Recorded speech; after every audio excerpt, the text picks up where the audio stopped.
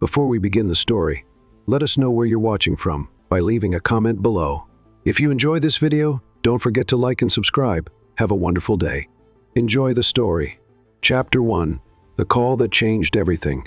Elena felt her entire world shatter in an instant.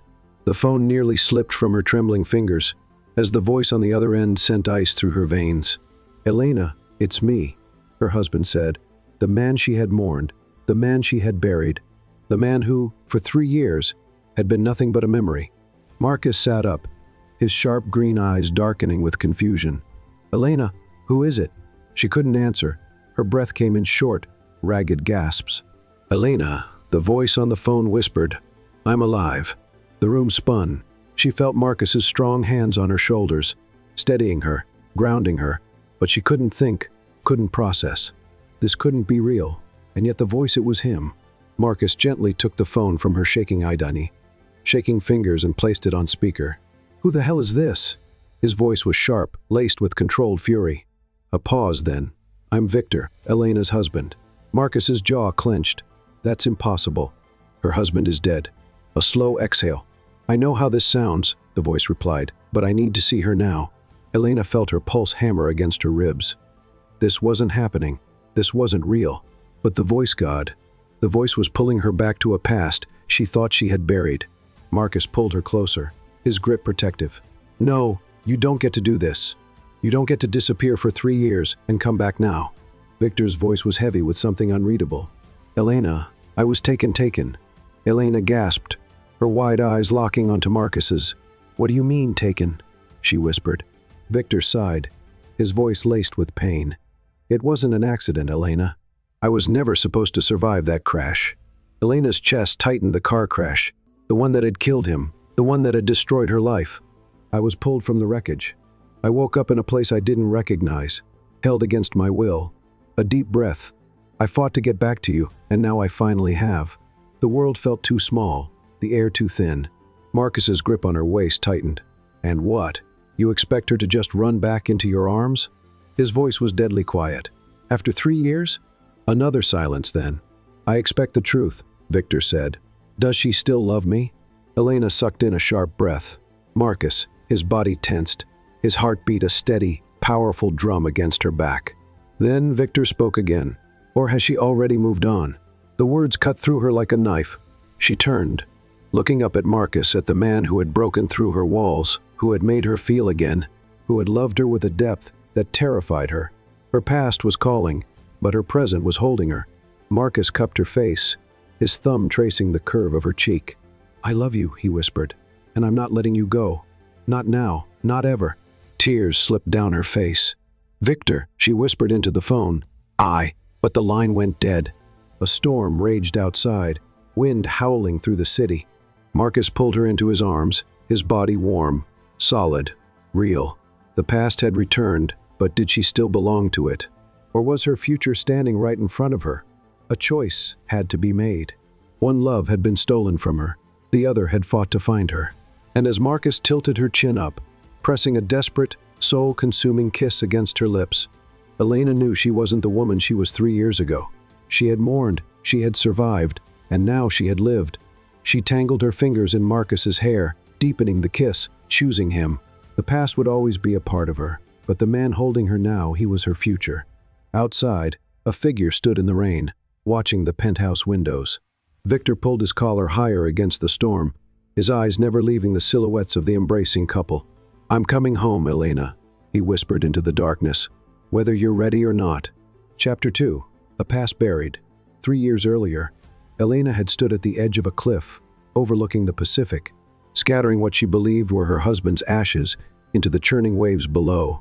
The funeral had been small, just Elena and Victor's business partner, Julian Voss. There had been no body, just the charred remains of Victor's car at the bottom of a ravine and a dental record match that left little room for doubt. "He's gone," Julian had told her, his hand firm on her shoulder. "I'm sorry, Elena." She had caught something in his eyes, then something that, in retrospect, hadn't quite matched his sympathetic tone. A calculation, perhaps? A watchfulness that seemed out of place at a funeral? But grief had clouded her judgment, and the moment passed unexamined. She had collapsed into grief, a widow at 28. The life she'd built with Victor, quiet, comfortable, safe, had vanished overnight. For months, she barely left their modest home on the outskirts of San Francisco. The insurance money sat untouched. The sympathy casseroles piled up uneaten. The phone calls went unanswered. Until the day Marcus knocked on her door. "Mrs. Caruso," he'd said. Impossibly tall and devastatingly handsome, in an expensive suit that seemed out of place in her neglected front yard. "I'm Marcus Kane. I need to speak with you about your husband's work." Elena had almost closed the door in his face. "I don't know anything about Victor's work." "I think you do," Marcus had replied, his green eyes steady on hers. "And I think he'd want you to hear what I have to say." Something in his voice, conviction, perhaps, or a quiet command that came from a lifetime of being obeyed, had made her step aside. That first conversation had been stilted, painful. Marcus explaining that Victor had been consulting on a revolutionary clean energy project for Kane Enterprises, that his death had halted progress, that Marcus needed Elena's permission to access Victor's research notes. "Why should I help you?" she'd asked, arms crossed over her chest. Marcus had studied her for a long moment. "Because your husband believed in this project. Because it could help millions of people. Because," he'd paused, choosing his words carefully, "I think you need a reason to get out of bed in the morning. And this could be it." His brutal honesty had startled a laugh from her, the first in months. And somehow, despite her grief, despite her suspicion, she'd found herself saying yes. What had begun as weekly meetings to discuss Victor's research had slowly evolved into something more. Coffee at her kitchen table became dinner at quiet restaurants. Professional discussions gave way to personal revelations. Marcus's formal politeness softened into genuine care. 6 months after they met, he'd kissed her for the first time tentatively, as though she might break. She'd pulled back, guilt flooding her system. "I can't," she'd whispered. "I know," Marcus had replied, his thumb brushing her cheek. "But when you can, I'll be here." And he had been patient, steadfast, never pushing but never retreating, a constant presence as she slowly, painstakingly rebuilt her life. On the anniversary of Victor's death, Marcus had found her on the floor of her closet, surrounded by her husband's clothes that still faintly smelled of him, sobbing as though her heart would break all over again. Without a word, he'd sat down beside her, pulled her into his arms, and held her until the storm passed. "Tell me about him," Marcus had said quietly. And she had. For hours, she'd talked about Victor, his laugh, his dreams, the way he always burned toast no matter how carefully he watched it. Marcus had listened, really listened, never showing jealousy or impatience. When she finally fell silent, exhausted, he'd pressed a kiss to her forehead. "Thank you for sharing him with me," he'd said. That night, for the first time, she'd let him stay. It had taken another 6 months before she could say, "I love you" back to him, before she could pack away Victor's things without feeling like she was betraying a sacred trust, before she could wake up beside Marcus without that first disorienting moment of guilt. They'd been together for almost 2 years now. Marcus had asked her to move into his penthouse 3 months ago, and she'd finally said yes. They'd been discussing marriage, children, a future that once seemed impossible. And now Victor was back, like a ghost made flesh, a prayer answered too late. Elena stood at the window of Marcus's penthouse, watching lightning split the sky. Behind her, Marcus was on the phone, his voice low and urgent as he ordered increased security, background checks, surveillance. "Marcus," she said quietly, interrupting his call. "What if it's really him?" He paused, then murmured something to the person on the other end and hung up. "Then we'll deal with it," he said, crossing the room to stand behind her, together. Elena leaned back against his chest, letting his strength flow into her. "How?" "He's my husband, Marcus, legally, at least." Marcus's arms tightened around her waist. Legally, he was declared dead. There are protocols for this situation. "This situation," Elena repeated with a hollow laugh. "Is that what we're calling it now? My dead husband returning from the grave?" Marcus turned her to face him, his expression solemn. "Elena, I need you to consider something." "What? What if it's not really him?" The question hit her like a physical blow. "I know his voice, Marcus. Voices can be imitated. Technology exists. Why would someone do that?" Marcus's jaw tightened. "I have enemies, people who would love to find a weakness to exploit. And you," his voice softened, "you are my weakness." Elena's heart twisted. "So what do?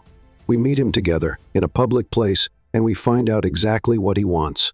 She nodded slowly, trying to ignore the voice in the back of her mind, whispering that what Victor wanted was obvious. He wanted her back. And a part of her, a small, buried part, she'd thought long dead, wondered if he still had a claim to her heart. Chapter 3. Secrets Unraveled. The night stretched endlessly before Elena, sleep an elusive ghost that danced just beyond her grasp. Beside her, Marcus slept fitfully, his normally peaceful features twisted with tension even in repose. She studied the sharp line of his jaw, the dark sweep of his lashes against his cheeks, and felt a surge of love so powerful it nearly took her breath away. How had they come to this? How had her carefully reconstructed life been shattered in the space of a single phone call? Slipping from the bed, Elena padded barefoot to the kitchen. The penthouse was silent, save for the distant hum of the city, below a constant urban lullaby that had become the soundtrack to her new life with Marcus. As she waited for the kettle to boil, her mind circled back to Victor's voice. There had been something different about it, a roughness that hadn't been there before, an edge of desperation, but underneath, it was unmistakably him, the Victor she had loved since college, the Victor who had held her through her father's death, who had danced with her in the rain on their wedding day, who had promised her forever and then vanished into ashes. The kettle whistled, jolting her from her reverie. As she poured hot water over a tea bag, her phone lit up with a text from an unknown number, the flash drive in your jewelry box. Password, Bella Vista 1012. I need you to look at it now. Elena's heart stuttered. Bella Vista 1012, the name and address number of the restaurant where Victor had proposed to her on October 12th. A detail so intimate, so specific to their relationship, that it couldn't be faked. With trembling hands, she navigated to Marcus's home office, where her jewelry box sat on a side table. She'd brought it when she moved in, unable to part with the few precious pieces Victor had given her over the years. The flash drive was there, tucked into a hidden compartment she'd almost forgotten existed. She inserted it into Marcus's computer, entered the password, and held her breath. A video file opened. Victor's face filled the screen, looking exactly as she remembered him, no premature silver in his hair, no new lines around his eyes. This was Victor from before. "Elena," he said, looking directly into the camera, "if you're watching this, something has happened to me. I've been investigating Kane Enterprises for months now. They're not what they seem." Elena's blood turned to ice in her veins. "They're developing something called Project Phoenix. I don't know exactly what it is, but it's not legal, and it's definitely not ethical." Victor ran a hand over his tired face. "I've compiled evidence, financial records, emails, test results. It's all here, encrypted." He leaned closer to the camera, his expression grave. "Be careful who you trust, especially Julian. He's involved somehow, though I can't prove it yet. And if anything happens to me, look at Kane, look at Gerald Kane and his son Marcus." The video ended, leaving Elena staring at a blank screen, her reflection ghostly and pale. "Elena?" She whirled around to find Marcus standing in the doorway, hair tousled from sleep, eyes sharp with concern. "What are you doing?" For a horrible moment, Elena couldn't speak, couldn't move. The man she loved watched her with growing suspicion, and all she could think about was the warning from the man she had once loved. "Be careful who you trust." "Victor sent me a text," she said finally, her voice barely audible, "about a flash drive. He left for me before the accident." Marcus crossed the room slowly, as if approaching a frightened animal. "And what's on it?" Elena hesitated, then turned the screen toward him. "Play it again. I need you to see it."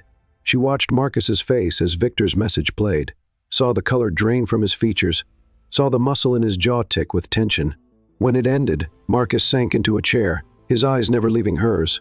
"You think I knew about this?" It wasn't a question. "I don't know what to think," Elena admitted. "Did you know what your father was doing?" Marcus pressed the heels of his hands against his eyes. "My father was involved in dozens of projects, some I knew about, some I didn't.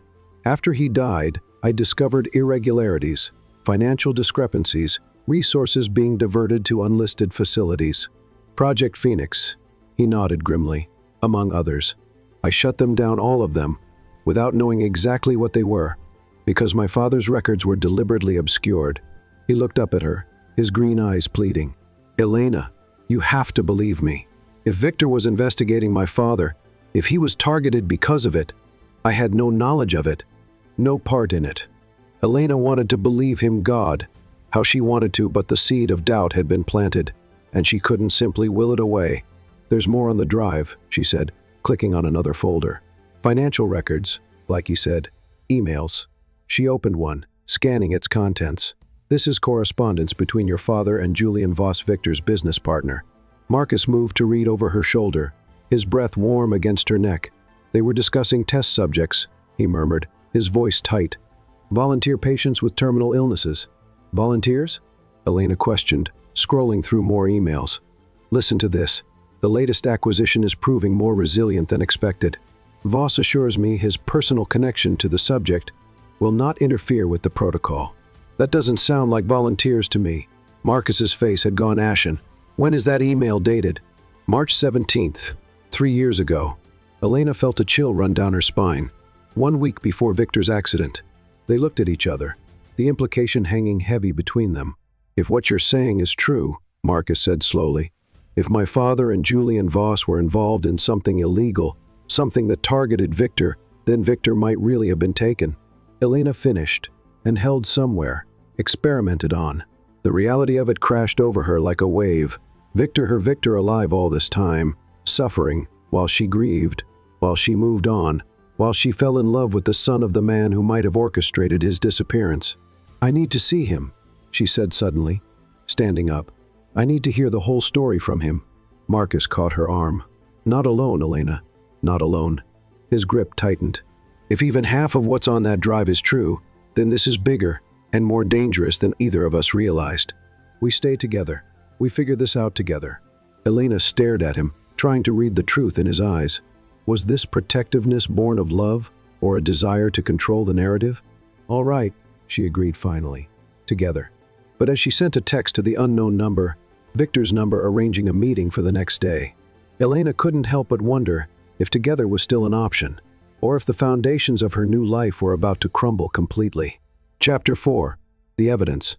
Baker Beach stretched before them, golden sand meeting the vast blue of the Pacific.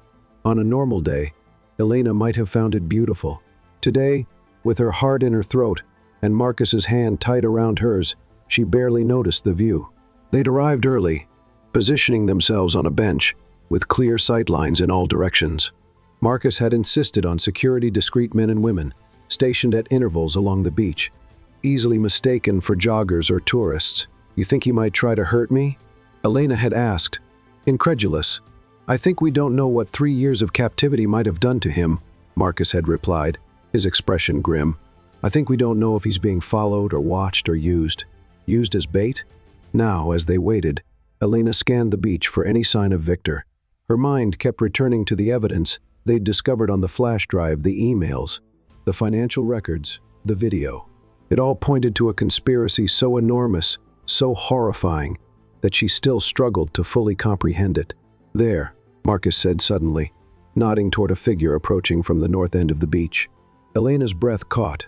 Even at a distance, she recognized Victor's walk, that slight hitch in his stride from an old soccer injury. As he drew closer, she noted the changes, the silver threading through his once dark hair, the new lines etched around his eyes and mouth, the thinness of his frame beneath clothes that hung loosely on him. But his eyes, those warm brown eyes that had once looked at her with such love, were exactly as she remembered. "Elena," he said, stopping a few feet away, his gaze flicking briefly to Marcus before returning to her. "You came." "Of course I came," she replied, her voice steadier than she felt. "I had to know." Victor nodded, then glanced around. "Is this really necessary?" he asked, gesturing vaguely to the security personnel trying to blend into the background. "Yes," Marcus said firmly. "If what you're claiming is true, then we all need protection." A mirthless smile twisted Victor's lips. "Still playing the hero, Cain, even when your father was the villain of this story?" Marcus stiffened beside Elena. "My father made many mistakes. If what you're saying is one of them, I want to know the truth as much as you do." Victor studied him for a long moment, then sighed. "Let's walk," he suggested. "I've had enough of being confined." They fell into step along the shoreline, an awkward trio. Elena found herself hyper-aware of both men. Marcus's protective presence on her left, Victor's familiar gait on her right, the past and present colliding in a way she never could have imagined. "I saw the flash drive," she said finally, breaking the strained silence. "Your message, the emails." Victor nodded. Then you know, I was investigating Kane Enterprises, specifically a project called Phoenix. What exactly is Phoenix? Marcus asked. The records I found after my father's death were incomplete at best, deliberately obscured at worst. Victor's expression shifted from skepticism to grave concern. It's a human trials program officially meant to test rapid healing techniques on terminal patients. Unofficially, he stopped walking, turning to face them both. It's about pushing the limits of human endurance. How much trauma can a body withstand? How quickly can it be repaired? How far can you go before death is inevitable? Elena felt sick. And they did this to you? It is true, Victor interrupted. He pulled up his sleeve, revealing a forearm crisscrossed with surgical scars. These aren't random injuries. They're methodical, documented experiments. He rolled up his other sleeve, showing identical pattern marks on both arms. Symmetrical testing, same bones broken, different healing protocols. He pulled down his collar, revealing a circular burn mark at the base of his throat, surrounded by precise, measured scarring. Electric stimulation of neural pathways, calibrated voltage increases, documented neural responses. They weren't just hurting me. They were writing a scientific roadmap using my body. Elena covered her mouth, horror washing over her. Oh my God. Marcus looked shaken. If this is true, Victor spat. I lived it for 3 years. I have the scars to prove it. He reached into his pocket and pulled out a small object, a titanium pin, about 2 inches long. They put this in my leg after it was crushed in the crash. Look at the marking. He handed it to Elena. Engraved along one side was a tiny phoenix, rising from flames. Beneath it, the letters GK. Gerald Kane, Victor said. Your father-in-law's handiwork. Marcus stared at the pin, his face pale. This doesn't mean my father knew about the human trials. It doesn't mean he sanctioned your abduction, doesn't it? Victor challenged. The emails say otherwise. Emails can be forged, Marcus countered, just like dental records. Victor's expression hardened. You think I'm lying? That I did this to myself? He gestured to his scarred body. That I voluntarily disappeared for 3 years, letting my wife think I was dead? I think there are too many questions, Marcus replied evenly. Too many convenient explanations that cast my father as a monster and you as an innocent victim. The two men stared at each other, tension crackling between them like electricity before a storm. Stop it, Elena said suddenly, unable to bear it anymore. Both of you, this isn't helping. She turned to Victor. If what you're saying is true, how did you escape? Where were you being held? Victor's eyes softened as he looked at her. I was in a facility in northern Costa Rica underground, remote. For years I had no opportunity to escape. They kept me sedated between tests, restrained when I was conscious. What changed? Marcus asked, skepticism still evident in his tone. Funding dried up, Victor said simply. About 6 months ago, suddenly there were fewer guards, fewer doctors. Equipment started disappearing. I realized the project was being shut down.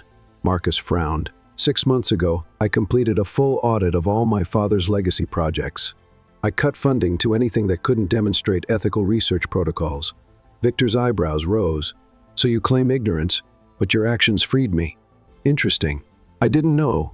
That's becoming your refrain, isn't it? Victor interrupted. You didn't know what your father was doing.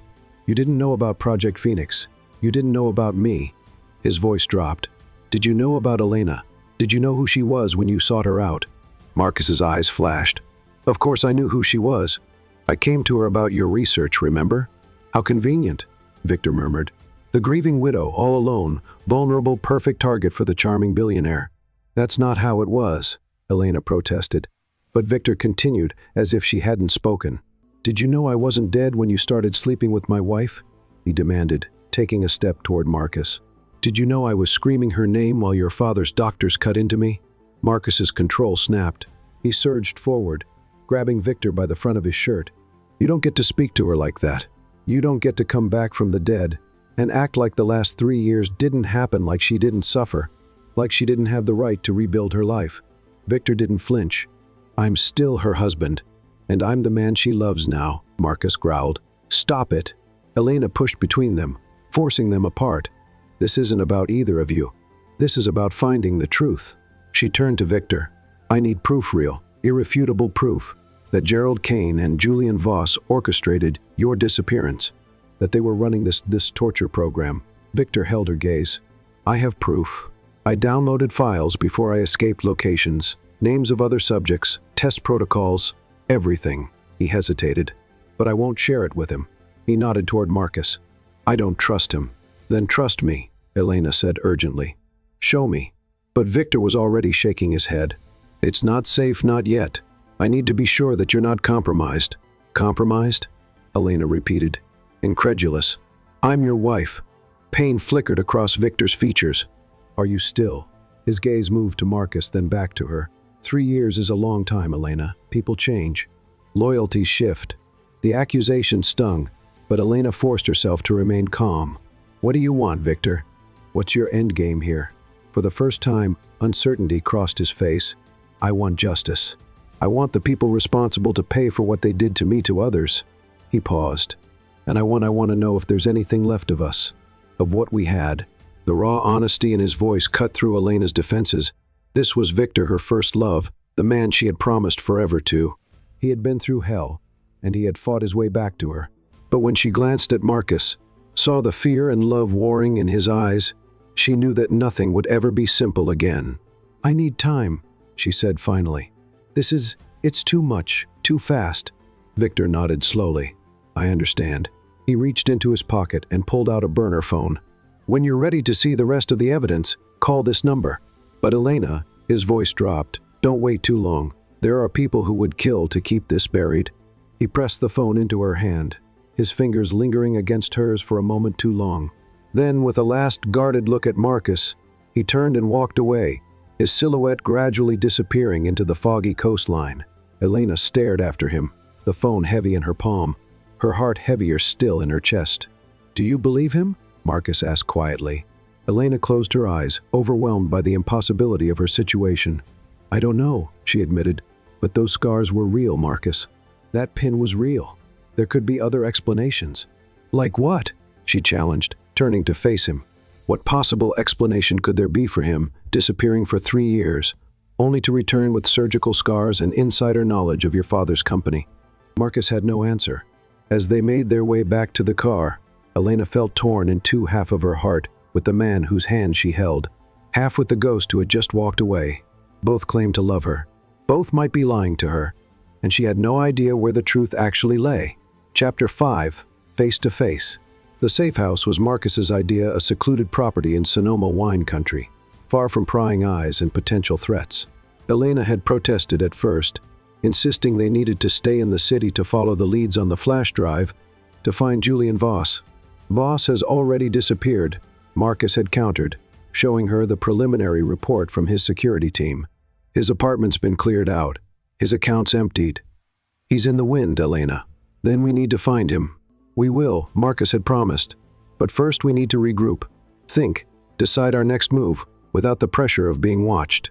So here they were, surrounded by rolling vineyards and late summer sunlight, in a house with state-of-the-art security and no digital footprint.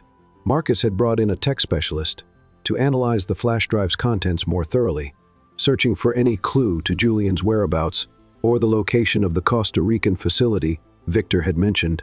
Elena stood on the deck, watching the sun dip toward the horizon, turning the sky into a canvas of pink and gold. Under different circumstances, it would have been paradise, her and Marcus. Wine country, no interruptions. But paradise was a distant dream now.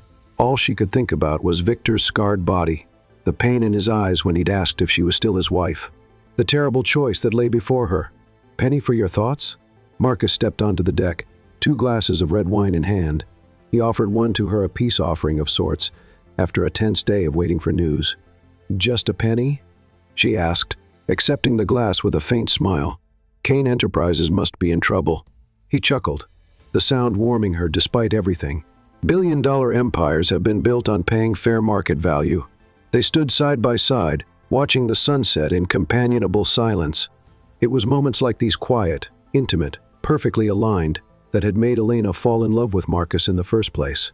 I have been thinking, he said finally, his voice careful, about what happens after this is resolved. Elena took a long sip of wine. Bold of you to assume it will be resolved. It will, Marcus said with quiet confidence. We'll find Julian. We'll get to the bottom of what my father was involved in. We'll make it right, Elena. She turned to look at him, studying the determined set of his jaw, the unwavering green of his eyes. And then what? Victor is still legally my husband, Marcus. Even if everything else gets resolved, that doesn't change. A shadow crossed his face. You could file for divorce. On what grounds? Abandonment when he was being held against his will? If that's even true? Marcus muttered. Elena set her wineglass down with more force than necessary. What reason would he have to lie? Revenge, Marcus suggested. Against my father's company against me for taking his place in your life. That's absurd. How would he even know about us? Marcus shrugged. Social media? News coverage? We haven't exactly been hiding our relationship, Elena. It was true their romance had garnered attention in the business press. The billionaire CEO and the beautiful widow, a love story risen from tragedy. It had embarrassed Elena at first, but Marcus had helped her navigate the spotlight with grace. So you think he saw a photo of us together and decided to fake an elaborate conspiracy involving your father in human experimentation? Elena shook her head in disbelief. Marcus, listen to yourself. I'm just saying we need to consider all possibilities, Marcus insisted, including the possibility that Victor isn't being entirely truthful. Elena sighed, running her hands through her hair. I don't know what to believe anymore. I just know that I can't ignore the evidence, those scars on his body, the pin with your father's initials. She looked up at Marcus, her eyes searching his face. If there's anything you're not telling me, now is the time. Because once we follow this trail, there's no turning back. Marcus's expression softened. He took her face between his hands, his touch gentle but firm. I have never lied to you, Elena, not once. I didn't know what my father was doing. But if he hurt Victor, if he was involved in any of this, I will make it right. I promise you that. The conviction in his voice steadied her. This was the Marcus she knew, honorable, determined, unflinching in the face of difficult truths. Okay, she whispered. I trust you. But as night fell and they retreated to the bedroom, Elena found herself staring at the ceiling, sleep eluding her. Her mind kept replaying Victor's words, his scars, the raw pain in his eyes when he looked at her. The past she thought she had buried had risen to haunt her, and she wasn't sure if any of them would emerge from this unscathed. Chapter 6. Hearts Divided. The burner phone Victor had given her buzzed at 3:00 a.m., jolting Elena from a fitful sleep. Marcus stirred beside her, but didn't wake as she slipped from the bed and into the adjoining bathroom, closing the door quietly before answering. Elena. Victor's voice was tense. Urgent, they found me. I had to move. I don't have much time. Her heart raced. Who found you? Julian's men. They came to my motel last night. His breathing was labored, as if he'd been running. I need to see you alone. No security, no cane. Elena hesitated, torn between caution and the pull of their shared history. Where? The old boathouse at China Beach. 1 hour. Come alone or don't come at all. The line went dead before she could respond. Elena stared at her reflection in the bathroom mirror, at the woman caught between two men. Two lives, two versions of the truth. She barely recognized herself anymore. She showered quickly and dressed in jeans and a sweater. Marcus was still asleep when she emerged, his face peaceful in repose, vulnerable in a way he rarely allowed himself to be when awake. She scribbled a note about needing air and going for a drive, then slipped out before she could change her mind. The drive to China Beach took less time than it should have, her foot heavy on the accelerator as dawn broke over the city. By the time she arrived, the sun was fully up, glinting off the water of the bay. The boathouse was exactly as she remembered it, weathered gray wood, peeling blue trim, the place where she and Victor had sought shelter during a sudden rainstorm on their third date. He'd kissed her for the first time there, rain drumming on the roof, the scent of salt water and wet wood surrounding them. Now it looked abandoned, the door hanging slightly ajar. Elena approached cautiously, every sense on high alert. Victor? She called softly, pushing the door open wider. He was sitting on an overturned crate, his face partially obscured by shadows. When he looked up, Elena gasped. A fresh cut sliced across his cheekbone, already purpling with bruising. What happened? She crossed to him quickly, her hand instinctively reaching out to touch his face. He caught her wrist, his grip gentle but firm. Julian's men. They came to my motel last night. How did they find you? Victor's mouth twisted. I have my suspicions. Elena withdrew her hand. You think Marcus told them? I think Marcus Kane has as much to lose as his father did if the truth about Phoenix comes to light. Anger flared in Elena's chest. Marcus has been nothing but transparent with me. He's helping investigate his own father's company. Is he? Victor challenged. Or is he controlling the investigation, making sure you only see what he wants you to see? The doubt that had been festering in Elena's mind bloomed anew. Marcus had insisted on using his own security team, his own tech specialists. Was that protection or manipulation? Why did you ask me here, Victor? He sighed, suddenly looking exhausted. 2 reasons. First, to give you this. He handed her a USB drive, smaller than the one she'd found in her jewelry box. It contains more specific evidence about Project Phoenix locations, names of other test subjects, doctors who participated. Everything I couldn't risk leaving at our house in case something happened to me. Elena took it, her fingers brushing his. And the second reason? Victor's eyes, those familiar brown eyes that had once held her entire world, met hers, to ask you if there's anything left for us to salvage. The question hung between them, heavy with unspoken history and pain. I don't know, Elena admitted, her voice barely audible. 3 years is a long time, Victor. Do you love him? The question was direct, unflinching. Elena didn't hesitate. Yes. A flash of pain crossed Victor's features. More than you love me?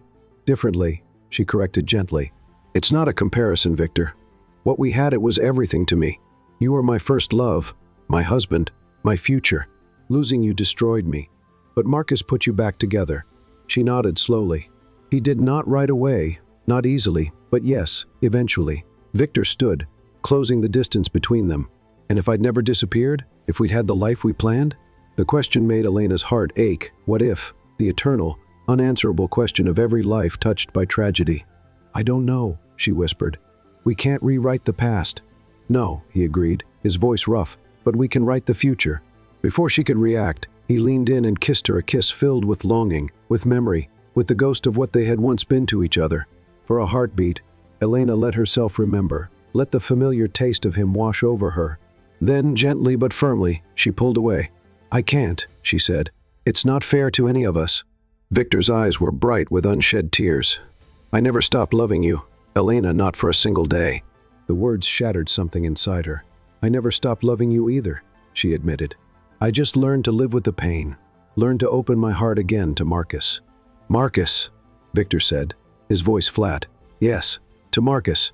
He stepped back, his expression closing off. Then I guess I have my answer. Victor, it's okay, he interrupted, though his tone belied the words. I understand. 3 years is a long time. He gestured to the USB drive in her hand.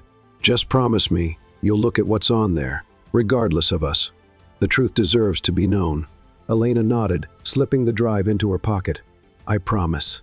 As she turned to leave, Victor called after her. Elena? She paused, looking back over her shoulder. Be careful, he said softly. Trust your instincts, not just your heart.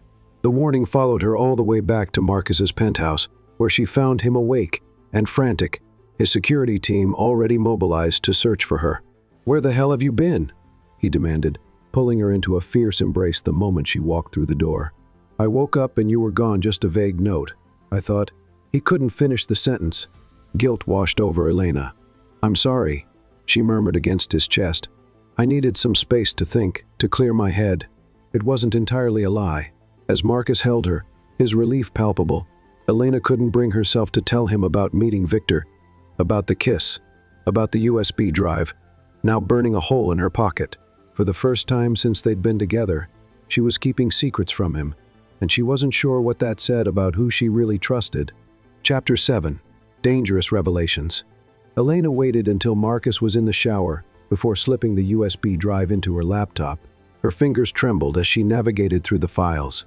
The first document caught her by surprise, an internal memo from Julian Voss to Gerald Kane, dated 4 years ago. Subject: acquisition protocols must be refined. The Caruso situation provides unique opportunities if handled correctly.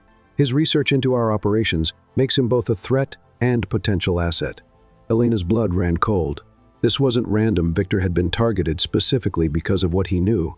This contradicted Marcus's claim that his father wouldn't have known about Victor. She clicked through financial documents next, finding a complex web of shell companies. One name appeared repeatedly as a signatory, M. Kane. But the signature didn't match Marcus's. It was a forgery, skilled enough to pass casual inspection but different in subtle ways from Marcus's actual handwriting. Someone has been using Marcus's name, she whispered to herself. But who? Medical records followed dozens documenting procedures performed on subjects identified only by numbers. Surgical notes detailed broken bones, tissue damage, experimental treatments, progress reports tracked recovery times, pain thresholds, tolerance levels. FBI case numbers in the corner of some files revealed something else. Investigations had been opened and mysteriously closed over the years. Elena found a file labeled Executive Protocol that made her gasp. It outlined a deliberate corporate structure designed to shield certain executives from legal liability. Gerald Kane remains principal director with full knowledge. Marcus Kane maintains plausible deniability through compartmentalized information channels. Julian Voss serves as operational director with direct oversight of all facilities. Photos followed clinical, terrible images of injuries, surgeries, scars methodically cataloged like specimens in a museum. Elena's stomach lurched when she found a folder labeled Subject 47, Victor's prison number. The images inside confirmed his story, his body a canvas for medical torture, his recovery tracked with cold, scientific precision. But it was the video file that froze the blood in her veins. Gerald Kane's face filled the screen, unmistakable, with his steel gray hair and piercing green eyes, so like his son's. Behind him stood Julian Voss, watching with clinical detachment. Phoenix Progress Report, Phase 2 Day 87, Gerald stated. The Caruso Protocol has exceeded expectations. Accelerated healing in the tibial fracture. Minimal scarring despite extensive tissue trauma. The camera panned, revealing a medical theater. On the table lay Victor, unconscious, his chest rising and falling with shallow breaths. A team of masked doctors surrounding him. Subject 47 continues to demonstrate remarkable resilience, Gerald continued. Voss was correct to identify him as an ideal candidate. His proximity to our operations through his research made him both a security risk and our most valuable asset. Julian stepped forward. What about your son? He's been asking questions about resource allocation. Gerald waved dismissively. Marcus remains focused on the public-facing projects. He's idealistic, a useful trait for the company's image, but a liability for our more ambitious work. He must be kept unaware of Phoenix's true nature. And if he discovers the truth? Julian pressed. Gerald's expression hardened. Then contingencies are in place. The corporate structure shields him from legal responsibility while ensuring he remains financially complicit should investigations occur. The paper trail leads to him, not us. Elena slammed the laptop closed, trembling with rage and nausea. This wasn't just experimentation. It was a calculated conspiracy with multiple layers of protection. Gerald Kane had not only tortured Victor, but had deliberately set up his own son as a potential fall guy. The shower shut off. Elena quickly removed the drive and slipped it into her pocket, her mind racing. Marcus wasn't complicit. He was another victim of his father's manipulation, set up to take the blame if anything went wrong. Feeling better? Marcus asked, as he emerged from the bathroom, a towel wrapped around his waist. Elena forced a smile. A little. He studied her face, his brow furrowing. You're pale. Are you sure you're okay? Just tired, she lied. I didn't sleep well. Marcus crossed to her, pressing a kiss to her forehead. Why don't you rest while I make some calls? The tech team should have preliminary results from the first flash drive soon. Elena nodded, watching as he dressed and stepped into the adjoining office. The moment he was gone, she retrieved her phone and sent a text to Victor's burner. Found new evidence. Your suspicions were right, but not how you think. Gerald set Marcus up as a fall guy while keeping him in the dark. We need to talk, all three of us. His response came almost immediately. Not safe. Boss is watching. Too dangerous to meet. I'll make it safe, she replied. Marcus needs to see what his father did to both of you. There was a long pause before Victor's next message. Lighthouse Cafe in Sausalito, 4:00 p.m. tomorrow. Public enough to deter violence. Come with security.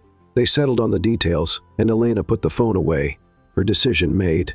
Tomorrow, Marcus would see the full truth about his father and Julian Voss. Tomorrow, they would begin to unravel the conspiracy that had destroyed so many lives.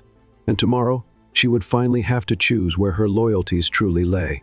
When Marcus emerged from his office an hour later, Elena was ready. "We need to talk," she said, her voice steadier than she felt. Marcus's expression grew wary. "About what?" "About your father. About Project Phoenix." She took a deep breath. "I've seen the evidence, Marcus, all of it." His jaw tightened. "What evidence?" "Videos of your father overseeing experiments on Victor. Records showing how you were set up as the fall guy, if investigations ever got too close." She met his eyes directly.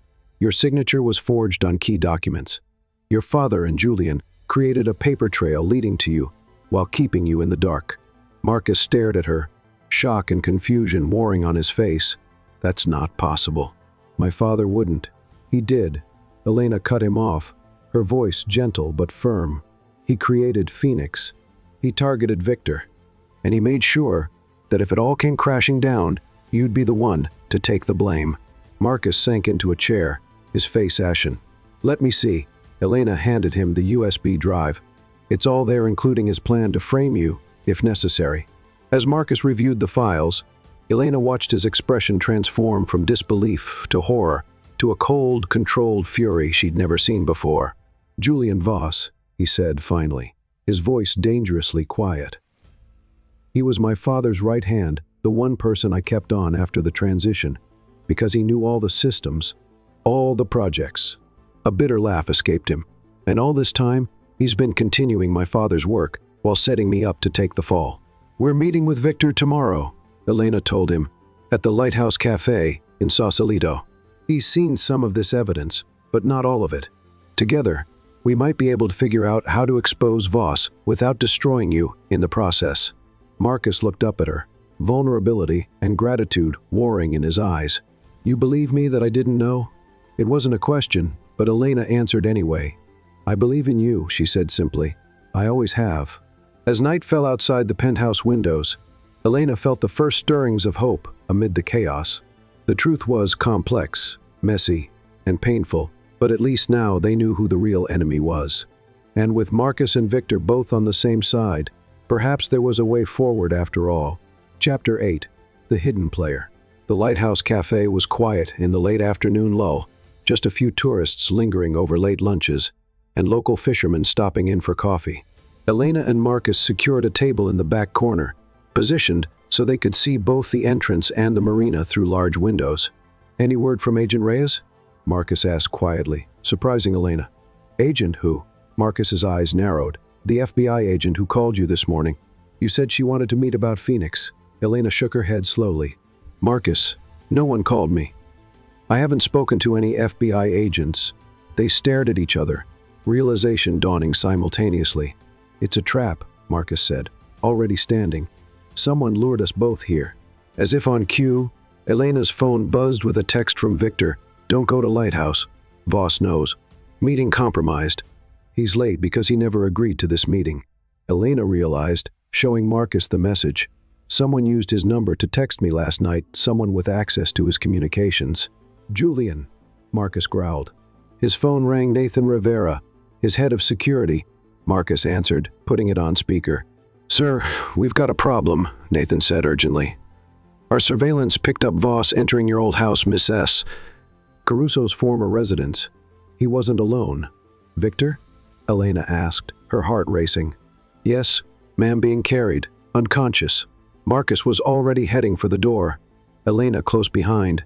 "Call the police," he ordered Nathan. "Tell them we need backup at the Westwood address, and alert my private security team."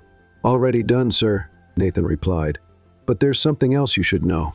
The FBI has been monitoring Voss for weeks. They've had an open investigation since 3 former Phoenix patients came forward last month." "Why weren't we told?" Marcus demanded as they reached his car. "Agent Reyes was planning to contact you today. Voss must have intercepted their communications." Pieces clicked into place for Elena. That's how he knew to set this trap.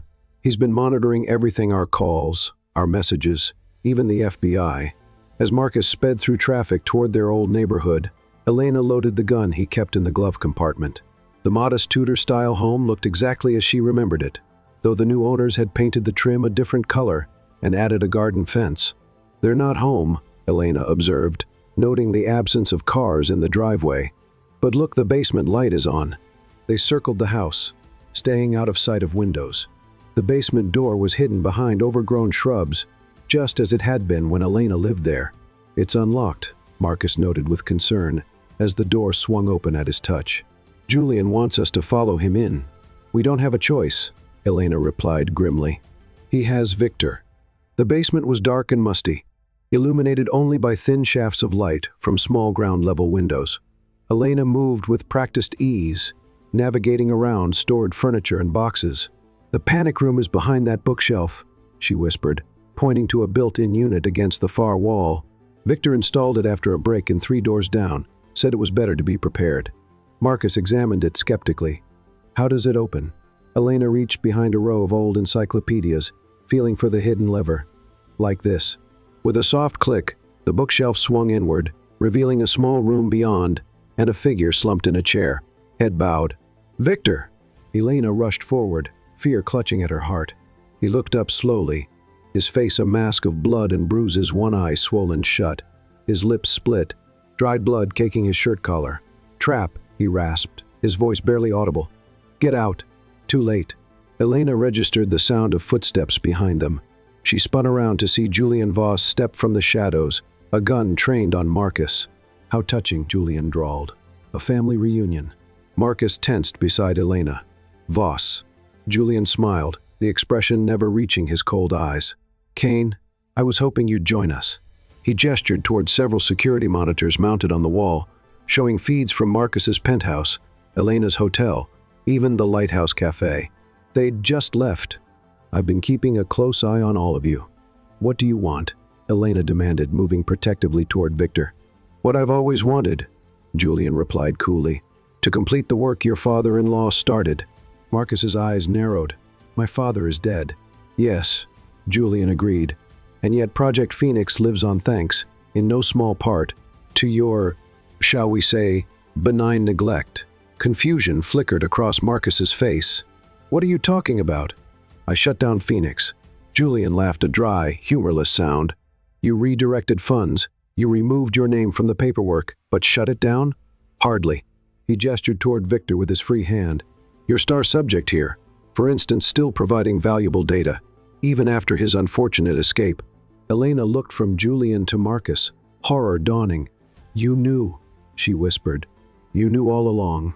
"No," Marcus protested, his face pale. "Elena, he's lying." "Am I?" Julian interrupted. "Tell me, Marcus, what did you think happened to all those research facilities after your father died? All those doctors on the payroll? All those test subjects?" His smile widened. "They didn't just disappear because you wished them away." "I had no idea," Marcus insisted. "The audit was superficial at best," Julian finished. "A show for the board of directors. Meanwhile, the real work continued, funded through shell companies, conducted in facilities that officially don't exist."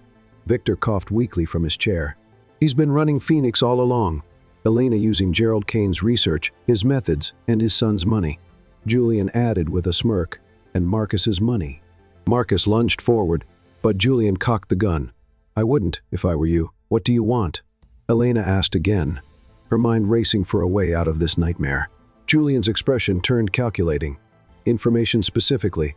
The location of all copies of that troublesome video your husband managed to steal." "I can't have Gerald Kane's face plastered all over the media, can I? Bad for business." "It's too late," Elena bluffed.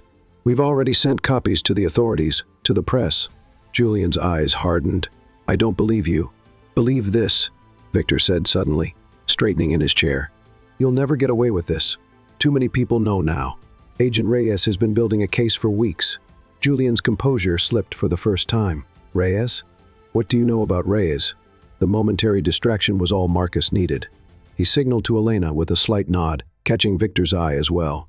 A silent, three-way communication passed between them in that instant, a unified plan formed without words. And then everything happened at once.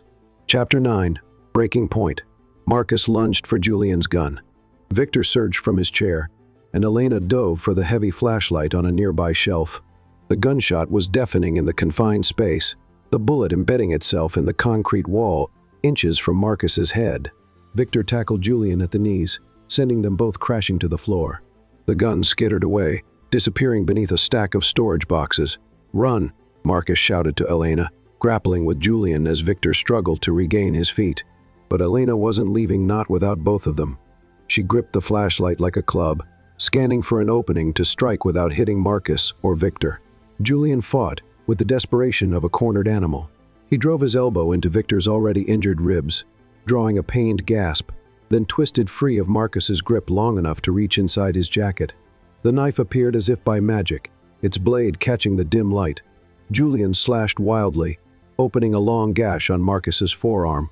Blood bloomed instantly, staining his white shirt crimson. "Marcus!" Elena cried, stepping forward. Julian whirled toward her, knife raised. "Back off, or I'll cut his throat." Time seemed to slow.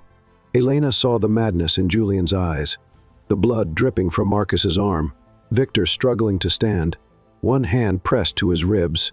"This ends now," she said, her voice steadier than she felt. Julian's mouth twisted in a sneer. "You're in no position to make demands." "Neither are you," came a new voice from the basement entrance. All eyes turned to see Agent Sofia Reyes at the front of a team of armed FBI agents, weapons trained on Julian. "We've been tracking Voss for months," Reyes announced, her aim unwavering, "ever since whistleblowers from 3 different Kane research sites contacted us about Project Phoenix." "Drop the weapon now." Julian hesitated, calculating his odds. Then, with a fluid motion, he lunged toward Elena, knife aimed at her heart. 2 shots rang out, one from Agent Rise's gun, another from a revolver that had suddenly appeared in Victor's hand, pulled from beneath the chair he'd been tied to. Julian staggered, his expression one of almost comical surprise as he looked down at the spreading stains on his chest. The knife clattered to the floor, followed by Julian himself. "You had a gun?" Marcus gasped, clutching his bleeding arm. "Insurance policy," Victor grimaced, lowering the weapon. "Kept it hidden in the panic room years ago. Voss never found it during his search." The next fax minutes passed in a blur of activity, FBI agents securing the scene, paramedics rushing in.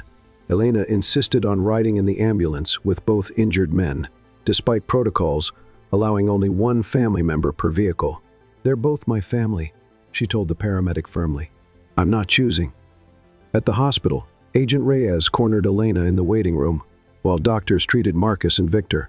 "Miss S. Caruso," Reyes began, her manner professional but sympathetic. "I know this has been traumatic, but I need to ask you some questions about Project Phoenix." Elena sighed wearily. "About both of the men you arrived with," Reyes clarified.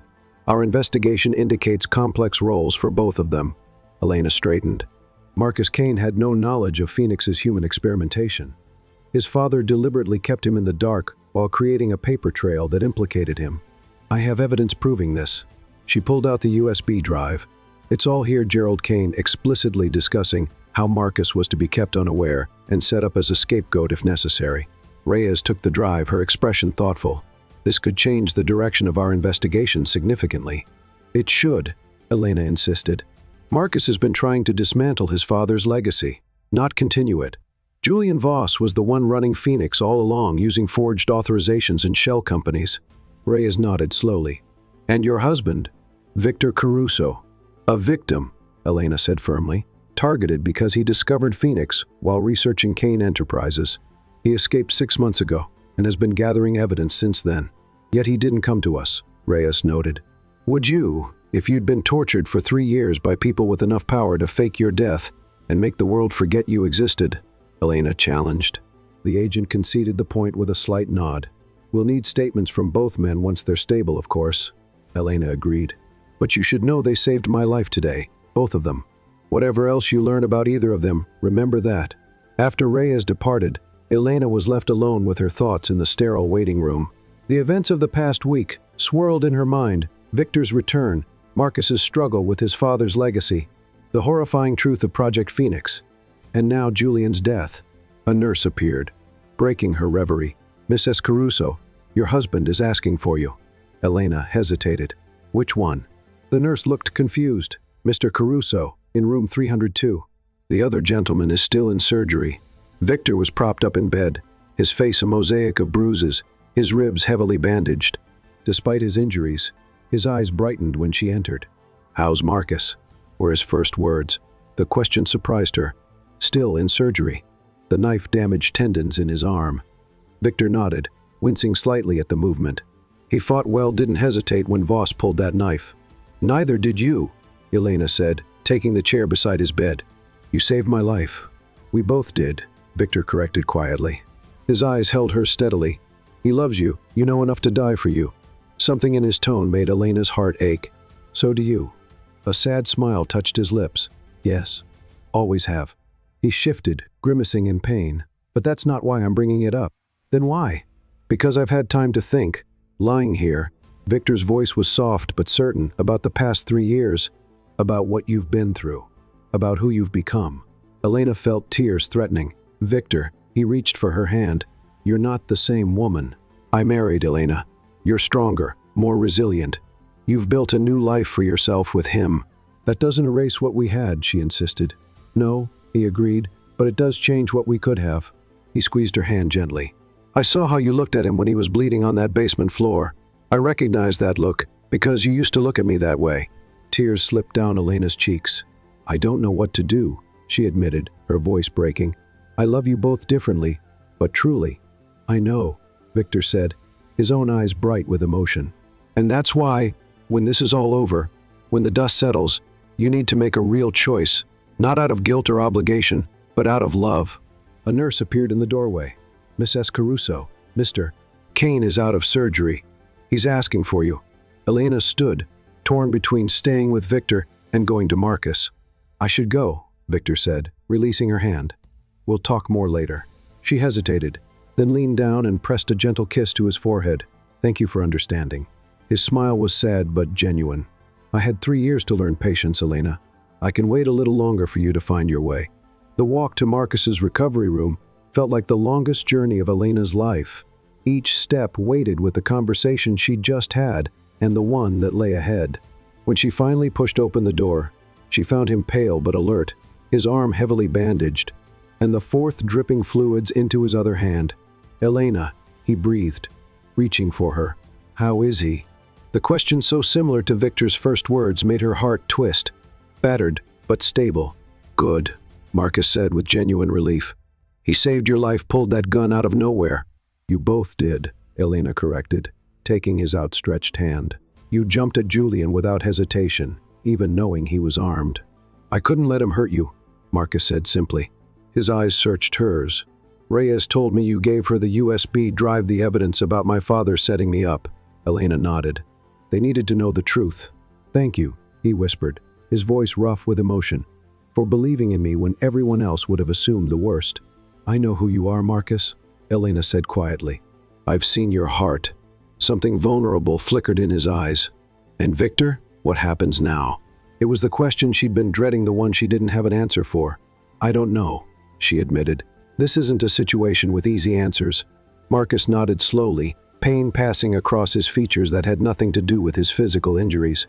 I understand. He paused, gathering himself. Just know that whatever you decide, whoever you choose, I'll respect it, because I love you enough to want your happiness above all else. The echo of Victor's sentiment, so similar, yet from such a different man, made Elena's heart clench painfully in her chest. 2 men, both willing to let her go, if that's what she truly wanted, both putting her happiness above their own. As she left the hospital that night, exhausted and emotionally drained, Elena felt torn between gratitude for their selflessness and frustration at the impossible choice before her. The past she had mourned had returned in Victor, steady, patient, familiar. The future she had embraced stood in Marcus, passionate, protective, transformative.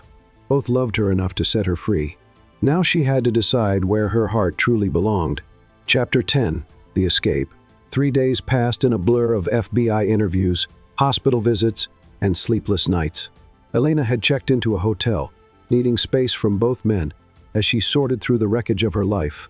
What she hadn't expected was the media storm. Kane heir implicated in human experimentation scandal, screamed one headline.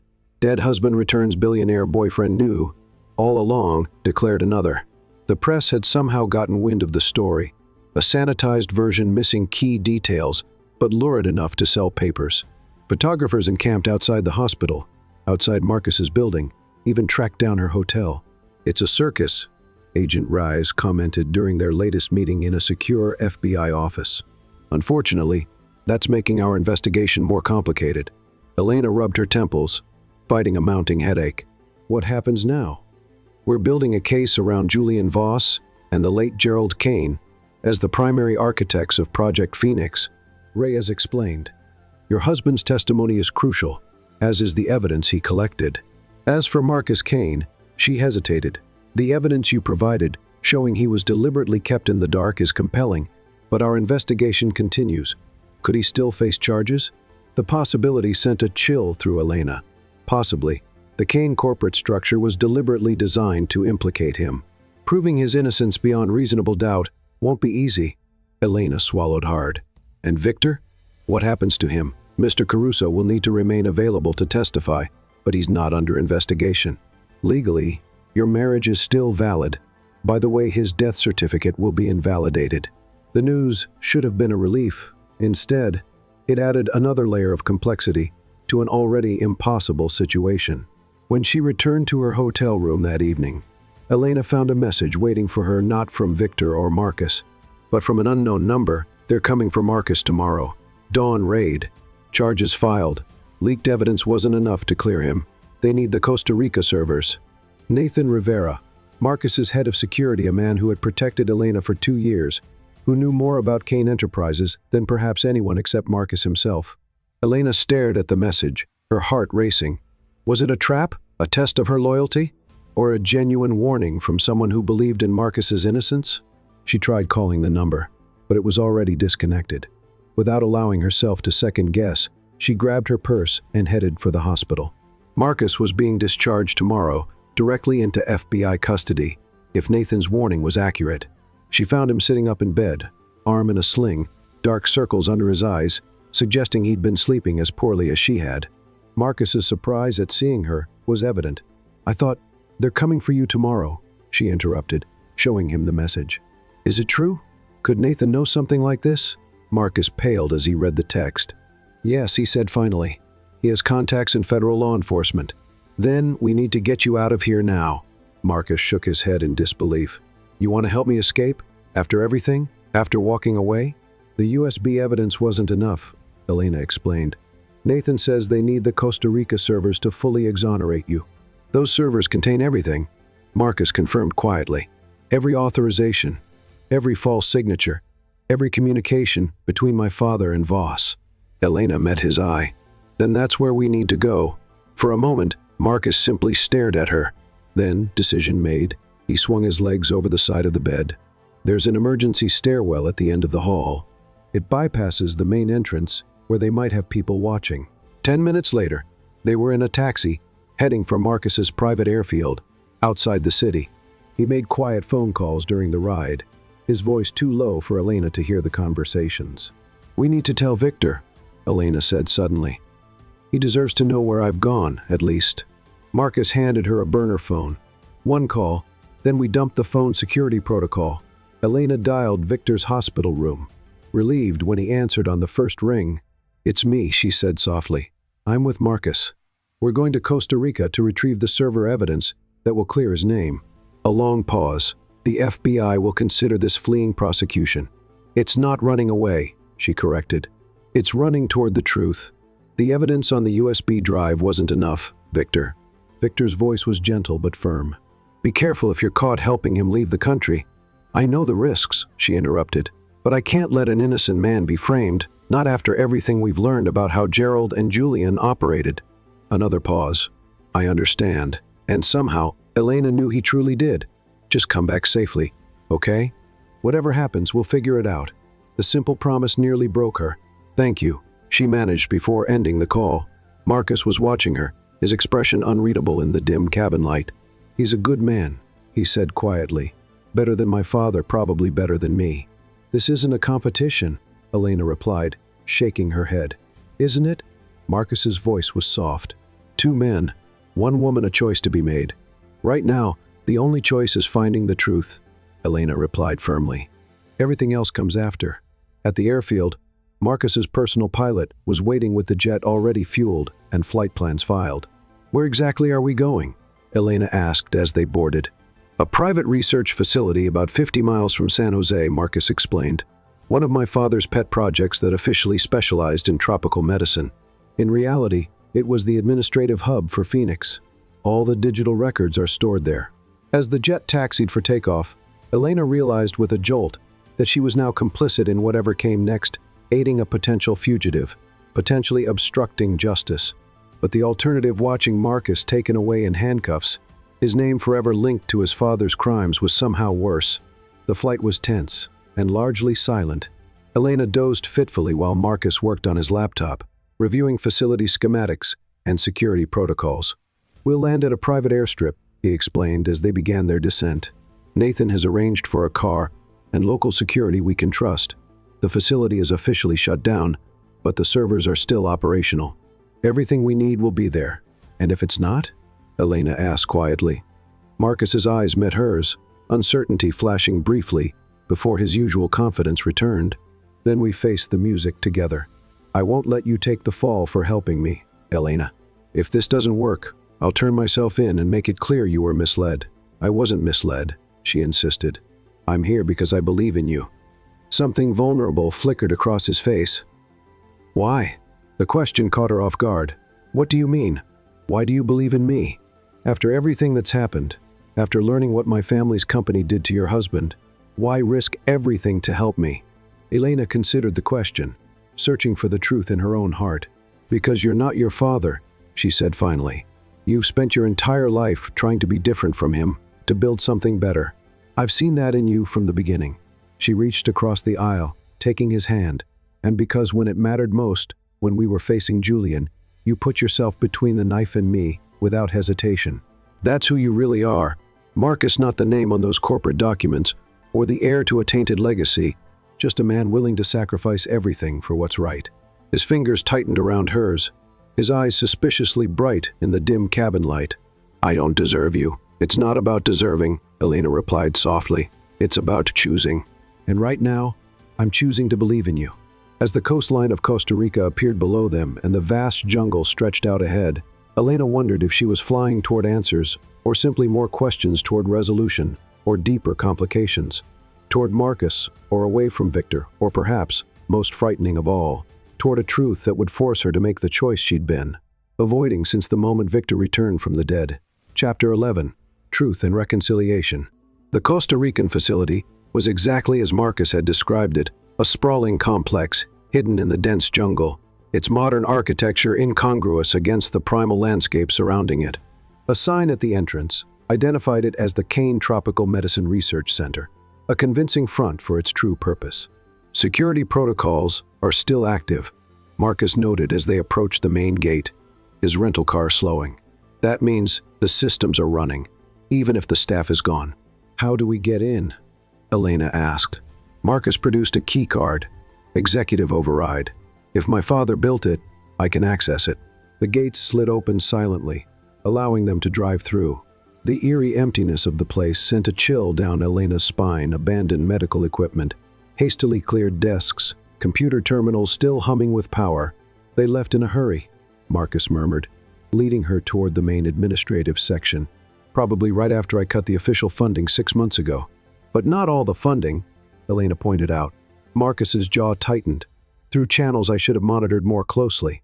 The central server room was housed in a climate-controlled area at the heart of the facility.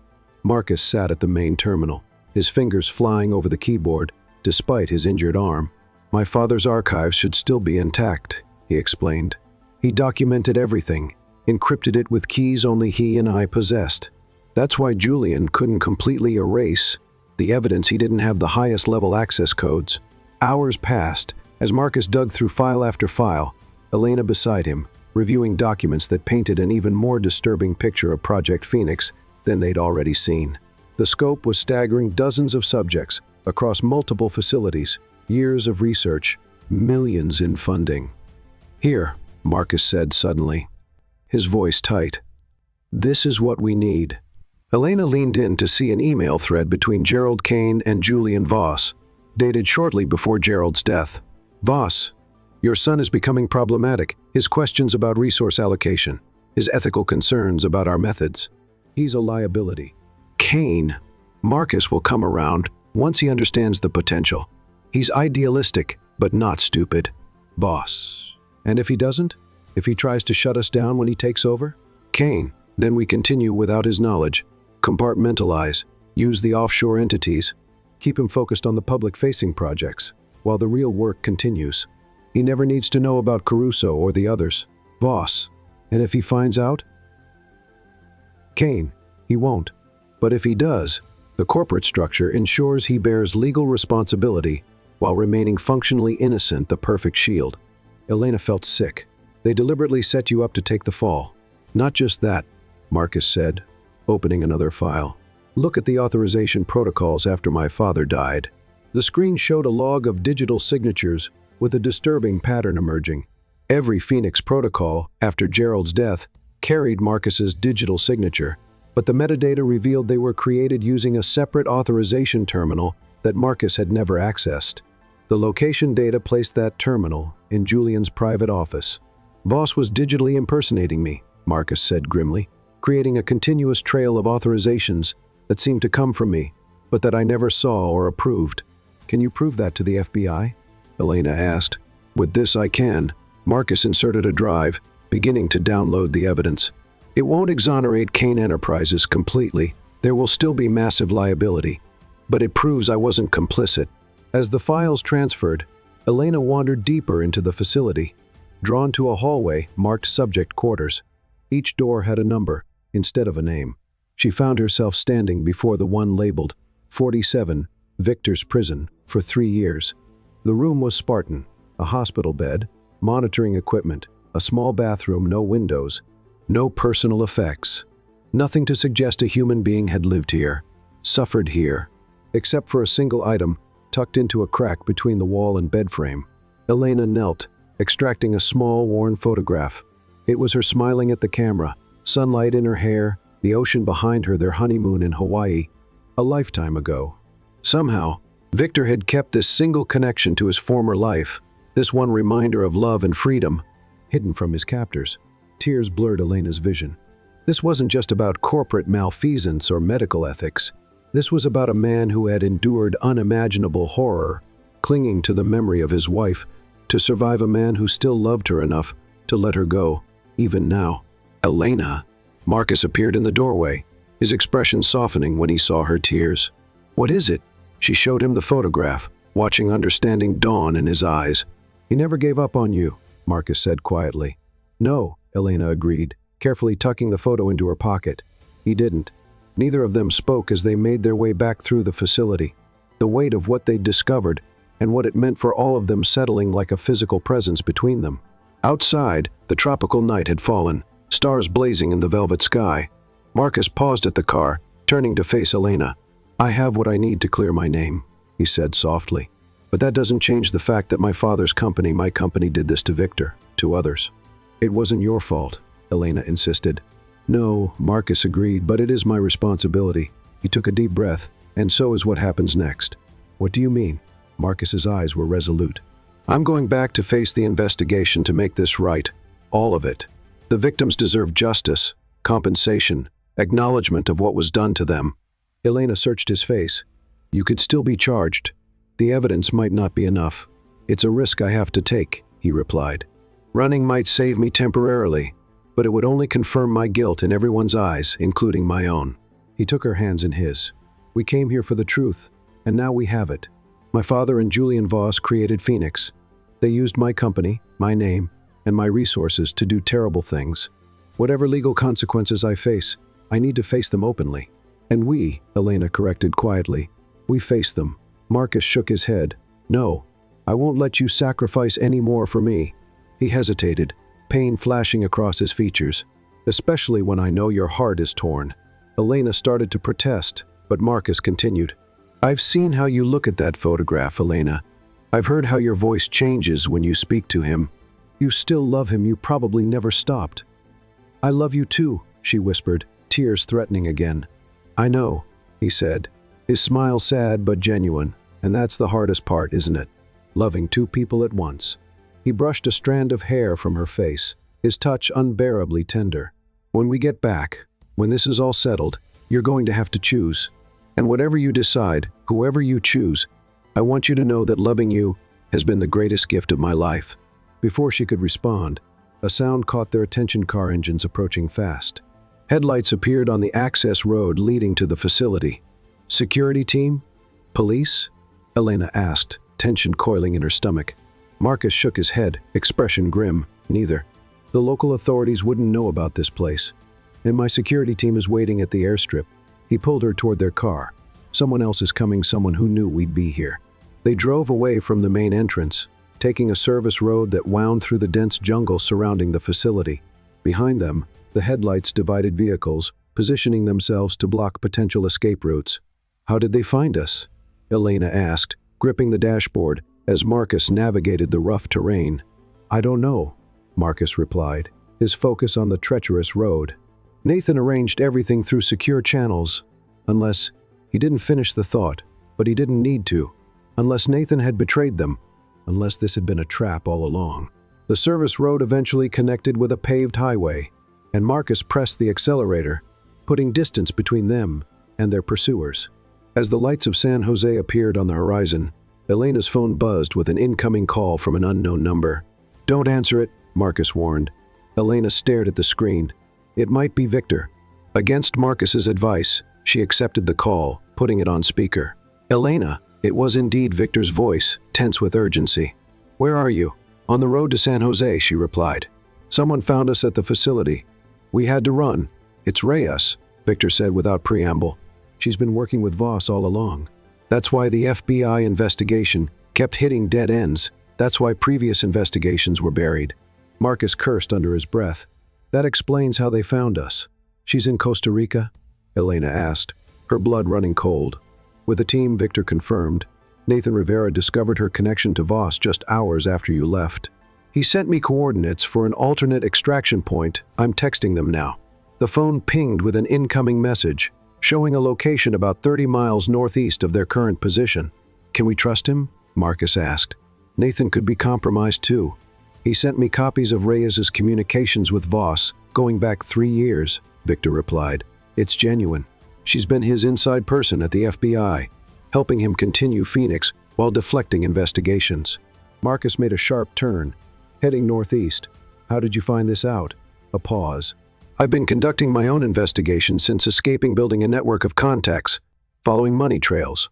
It's what I was doing before Voss captured me, at your old house." "Why didn't you tell us?" Elena asked. "I wasn't sure who to trust," Victor admitted. "Not until I saw Marcus fight Voss to protect you. Not until I realized he truly didn't know what his father had built." The simple statement hung in the air between them, an acknowledgement that, despite everything, the two men had reached a mutual understanding. "The extraction point is a private airstrip, operated by a conservation organization," Victor continued. "Nathan has a plane waiting. It will take you directly to Washington, D.C., where a contact at the Justice Department is expecting the server evidence." "You've thought of everything," Marcus said, a note of respect in his voice. "I've had months to plan this," Victor replied. "Ever since I discovered Reyes was corrupt." Elena felt a chill run down her spine. "Victor, where are you now?" Another pause, longer this time. "Still in San Francisco. But don't worry about me, just get that evidence to Washington. It's the only way to end this for good." Something in his tone set off alarm bells. "What aren't you telling us?" "Reyes sent a team to the hospital after you left," Victor said finally. "I managed to get away, but they're looking for me for all of us." "You need to come with us," Elena insisted. "We'll send another plane." "There's no time," Victor replied gently. "And this way, one of us remains free if something happens to your flight." The logic was sound, but Elena couldn't shake the feeling that he wasn't telling her everything. "Promise me you'll stay safe." "I promise to end this," he said instead, one way or another. The call ended, leaving Elena and Marcus in troubled silence as they continued toward the extraction point. The stars overhead seemed colder now, the tropical night less beautiful and more threatening. "He's planning something," Marcus said finally, voicing what they both suspected. Elena nodded, fear clutching at her heart. "Something dangerous, something he doesn't expect to survive," Marcus added quietly. As they drove through the darkness, the weight of Victor's sacrifice, whatever it might be, hung heavily between them. They had the evidence to clear Marcus's name, to expose Reyes and the remnants of Phoenix. But at what cost? And how many more lives would be shattered before this was truly over. Chapter 12, Where Love Remains. The courthouse steps were crowded with reporters, cameras flashing like lightning as Marcus emerged into the sunlight. The 3-week trial had ended with a conclusive verdict, Marcus fully cleared of involvement in Project Phoenix, while Kane Enterprises was held liable for the actions taken under Gerald Kane's direction. Mr. Kane, how does it feel to be exonerated? Will you maintain control of Kane Enterprises? What about Agent Reyes? Will she face prosecution? What about the victims? Will they receive compensation? Marcus held up a hand, silencing the barrage of questions. Kane Enterprises will establish a substantial fund for all those affected by Project Phoenix. While I have been cleared of personal involvement, I acknowledge the profound moral failure that occurred under my family's company. The victims deserve not just compensation, but justice, healing, and the assurance that nothing like this can ever happen again. He paused, his expression solemn. As for Agent Reyes, her case is proceeding through the justice system. Her collaboration with Julian Voss allowed these atrocities to continue far longer than they should have. Left unspoken was the night Reyes had been arrested, the night Victor had risked everything to gather the final evidence against her, nearly losing his life in the process. The night he'd proven beyond any doubt that he was willing to sacrifice himself to bring the entire Phoenix conspiracy down. Elena watched from a distance, her heart swelling with a complicated mixture of pride and anticipation. Marcus had been true to his word, returning voluntarily to face the investigation, providing evidence that exposed his father's crimes while establishing his own innocence, pledging vast resources to make amends. He had faced the ugliest legacy of his father with courage and integrity, but he had also given Elena space, not pressuring her during the trial, respecting her need to sort through her feelings. His only message had been a simple note: whatever you decide, know that loving you has been the greatest gift of my life. Now, as the crowd of reporters finally dispersed, Marcus stood alone on the courthouse steps, scanning the plaza until his eyes found hers. He didn't approach, simply waiting to see what she would do. Are you going to him? Elena turned to find Victor beside her, the scar on his cheek from that final confrontation with Reyes still visible, a permanent reminder of how close they'd come to losing everything. I don't know, she admitted, though the words felt hollow even to her own ears. Victor nodded, his gaze following hers to Marcus. He's a better man than his father. Yes, Elena agreed softly, he is. They stood in silence for a moment, these two men who had each claimed a piece of her heart, now watching each other across a crowded plaza with something like weary respect. I kept our appointment, you know, Victor said suddenly. Elena looked at him questioningly. At the fertility clinic the day of the accident, he smiled sadly. We were going to start trying for a baby that month. I had it all planned out what I'd say to you that night, how we'd celebrate this new chapter. The revelation hit Elena like a physical blow. They had talked about children, dreamed of them, but she'd had no idea Victor had taken that concrete step, that they had been so close to creating the family they'd always wanted. I didn't know, she whispered. How could you? Victor shrugged. It was going to be a surprise. He paused, his eyes never leaving her face. I still want that. Elena, a family, a future with you. Elena felt tears spring to her eyes. Victor, he continued gently, only if it's what you want too, only if your heart is truly with me. He took her hands in his touch achingly familiar. These past months, watching you with him, seeing how you look at him, I realized something. You loved me completely once, but that was another lifetime. I still love you, Elena insisted, tears spilling down her cheeks. I know, Victor smiled, brushing away a tear with his thumb, and I will always love you. But love changes. Elena, it grows, it evolves, it finds new forms. He glanced toward Marcus, who still waited patiently at the bottom of the courthouse steps. The man you fell in love with while I was gone. He's a good man. He fought for you. He nearly died protecting both of us. He gave up everything to expose the truth, even knowing he might lose you in the process. So did you? Elena pointed out. Yes, Victor agreed. But the difference is, I'm holding on to what we had, what we lost. His voice softened. And Marcus is offering you what you've become. Elena stared at him, this man who had been her first true love, who had suffered unimaginable horrors and still found the strength to set her free. What about you? She asked, her voice breaking. Don't you deserve happiness too? Victor's smile was gentle. I'll find my way. I always do. He leaned forward, pressing a soft kiss to her forehead. "Be happy, Elena. That's all I've ever wanted for you." With that, he stepped back, giving her one last look filled with love and understanding. Then he turned and walked away, his silhouette gradually disappearing into the crowd. Elena stood frozen, tears streaming down her face, her heart simultaneously breaking and healing in ways she hadn't thought possible.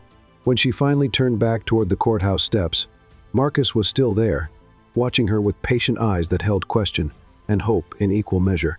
Slowly, one step at a time, Elena moved toward him, toward the man who had pieced her back together when grief had shattered her, who had fought to protect her when danger threatened, who had been willing to lose her rather than compromise the truth. "Hi," she said simply when she reached him. "Hi," he replied, his voice tender. "Are you okay?" Elena considered the question. Was she okay after everything that had happened, all the revelations and pain and impossible choices? "I'm getting there," she answered honestly. "One day at a time." Marcus nodded, understanding in his eyes. "Can I walk with you for a while?" Elena looked up at him, this man who had become her present when her past was just a memory. This man who now offered a future, asking nothing except the chance to remain by her side. "Yes," she said, slipping her hand into his. "I'd like that." As they walked away from the courthouse together, Elena felt something settle inside her. The past would always be a part of her. Victor would always hold a piece of her heart, but the road ahead belonged to her and Marcus, a road they would travel together, step by step, rebuilding what had been broken, creating something new from the ashes of what had been lost. It wouldn't be easy, there would be healing needed, trust to rebuild, a company to transform, a life to reinvent. But as Marcus squeezed her hand gently, his green eyes warm with love and promise, Elena knew one thing with absolute certainty: this was where her heart belonged. This was where love remains.